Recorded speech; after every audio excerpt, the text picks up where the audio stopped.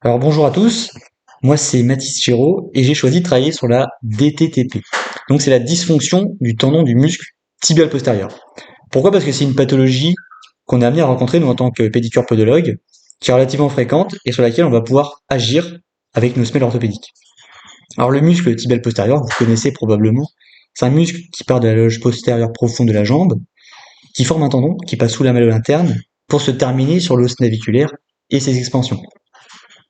Alors un patient qui vient vous voir, atteint de DTTP, il va vous décrire une légère douleur le long de la face médiale de la cheville sur le trajet du tendon.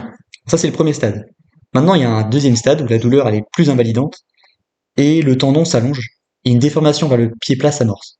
À ce moment-là, il y a deux tests importants pour le diagnostic. Ça va être le test d'élévation d'un seul talon sur une jambe, qui va être difficile pour le patient, et le syndrome d'orteil. Donc c'est simplement une abduction du pied. Mais dans ces deux premiers stades, jusque-là, le pied il est toujours flexible. Et c'est le stade 3 qu'on va chercher à éviter parce que la déformation est fixe. Maintenant, il y a plusieurs étiologies à cette DTTP. On sait qu'il y a une zone hypovasculaire sous la malléole médiale, une perturbation des faisceaux de collagène qui composent le tendon. Et le point sur lequel j'insiste, c'est l'augmentation du stress mécanique sur lequel nous, on va pouvoir agir avec nos semelles orthopédiques en tant que podo. En fait, le tibial postérieur, c'est un muscle inverseur du pied qui contrôle les forces de pronation pendant la phase d'appui. Alors, quand il s'affaiblit, on observe une augmentation de l'éversion de l'arrière-pied, une abduction, une diminution de la flexion plantaire, qui sont des composantes qui viennent sursolliciter le tendon et lui faire subir des forces de friction trop importantes. Et s'il y a des tests, des stades d'évolution de la pathologie, c'est parce que un dysfonctionnement du tibial postérieur se reporte sur les autres structures ligamentaires, articulaires, et qui se déforment à leur tour peu à peu.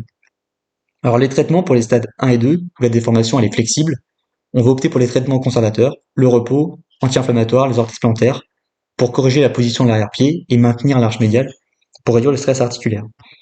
Il y a aussi des exercices en contraction excentrique qui sont efficaces, notamment l'adduction du pied. Et au stade 3, les traitements sont non conservateurs, la déformation elle est fixe et ça se traduit par une arthrodèse de la subtalaire ou de la talonaviculaire. Maintenant, afin de mieux comprendre la prise en charge de la DTTP, je réalise un questionnaire, voilà, c'est ma méthodologie, auprès des professionnels de santé pour répondre à ma question: comment les professionnels de santé prennent-ils en charge la DTTP dans leur pratique, alors que les solutions thérapeutiques décrites dans la littérature manquent encore de précision? Les hypothèses, c'est, je pense que les professionnels utilisent les recommandations générales, mais qu'il réside des divergences dans leur prise en charge complète. Et je pense qu'ils rencontrent aussi des difficultés dans leur prise en charge parce que la DTTP, ça représente un défi diagnostique aussi, de par son évolution complexe, sa corrélation avec d'autres pathologies, qui impactent les décisions thérapeutiques. Donc voilà, merci de m'avoir écouté.